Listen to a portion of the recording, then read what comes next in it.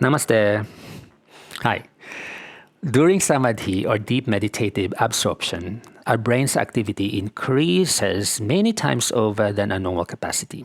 The neurons fire electrical signals so powerfully they cause the brain and the entire body to vibrate, the spanda, and to produce the sound, the nada.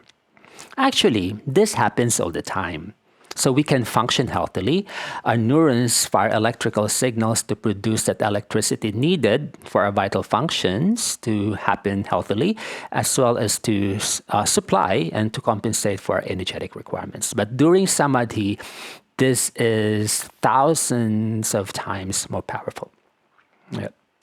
The sound is actually there all the time, but we can barely hear that sound. If you practice meditation or yoga and other spiritual disciplines, you might hear the sound. Yeah, it's actually there as I talk.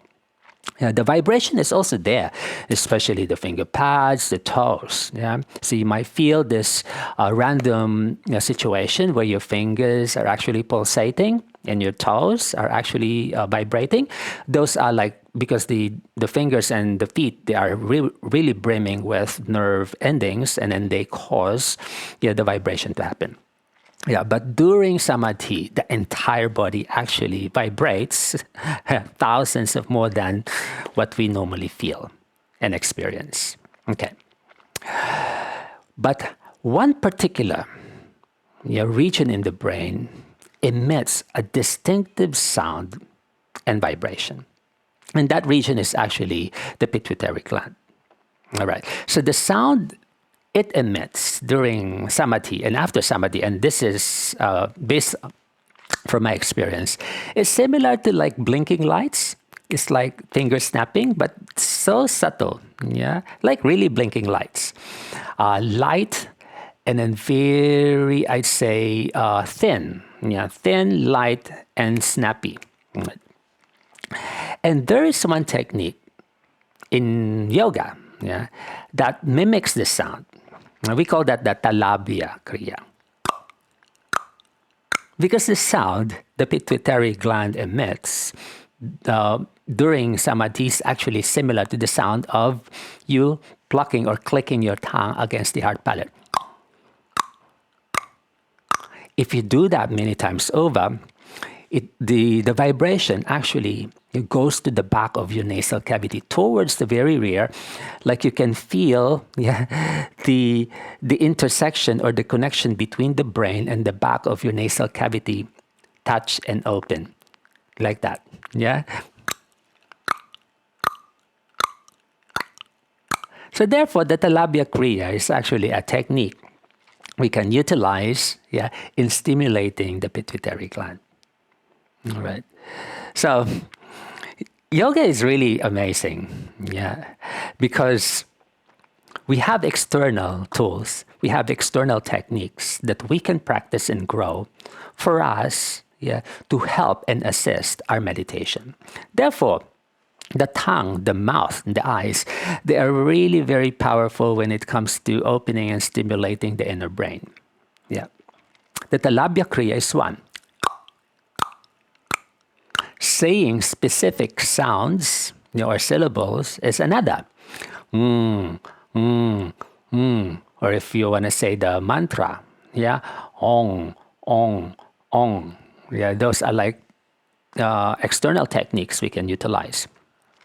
Other ones are like the tongue exercises, the nabu mudra, and the sealing of the tongue against the hard palate, and of course the kechari mudra. Because here you actually use the tongue and in getting into those deep intersections or spaces where the brain connects with the back of the nasal cavity. And then by doing this, we learn how to gain access to those deep points. There are more than we have more than 7 chakras actually, but one chakra that is located at the back of the nasal cavity towards the pituitary gland is the talu chakra. And then by performing and then practicing the talabya kriya, mantra, when we say our mantra many times over, tongue exercises of the nabho and the kechari, and even just rubbing the tongue around the mouth, shall assist our meditation practice so we can increase the activity there. Because samadhi actually happens in the pituitary gland. When the pituitary gland is stimulated with the energy, this gland really emits chemicals, nerve impulses, electrical impulses that cause the brain to get absorbed. And then since you've developed the skill of controlling your autonomic functions, and the autonomic functions become less involved, but it's there. You have to sustain your life. And you've learned that in the beginning stages of your meditation. Now you can separate the internal dynamics of the brain and the energy while you witness and then control as well that experience.